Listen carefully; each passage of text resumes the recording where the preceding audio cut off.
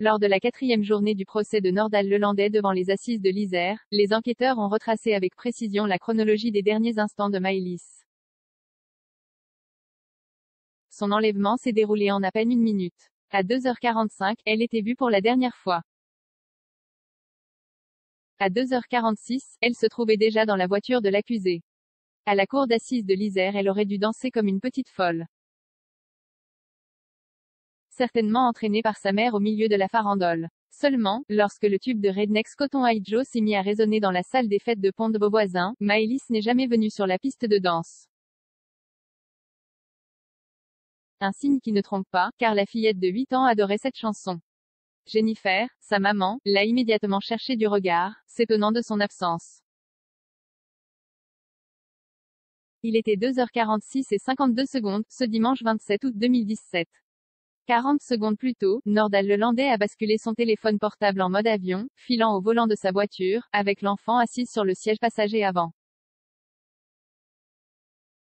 Au 4e jour du procès de l'accusé, jugé pour le meurtre de Maëlys, les gendarmes se sont relayés à la barre pour dresser une chronologie ultra précise des faits qui lui sont reprochés.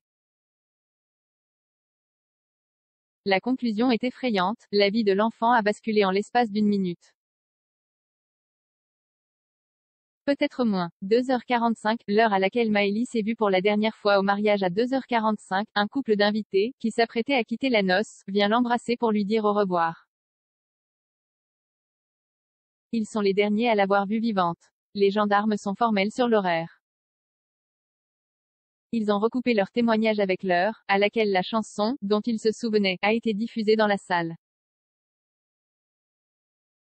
À ce moment-là, Maëlys se trouvait à côté du buffet et à proximité de la salle de sortie de la cuisine, relate l'adjudant-chef François Tixier, analyste en recherche criminelle.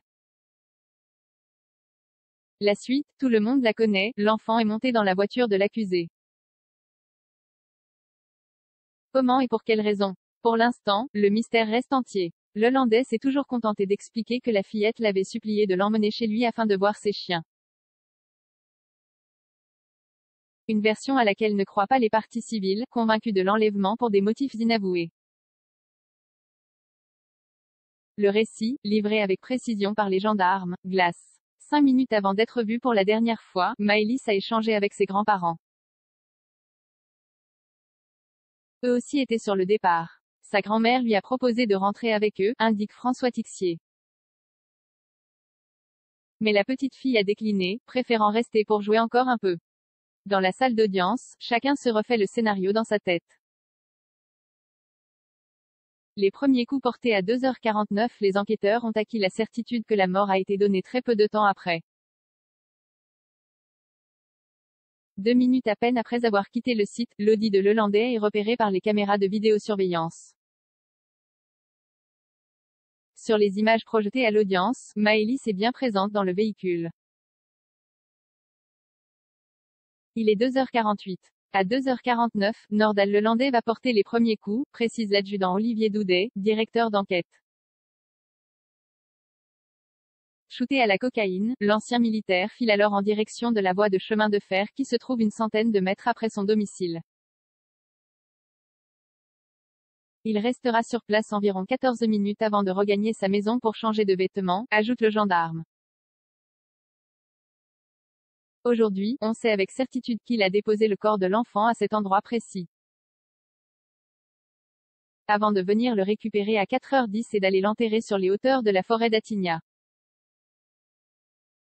Le procès se poursuit jusqu'au 18 février. L'accusé encourt la réclusion criminelle à perpétuité.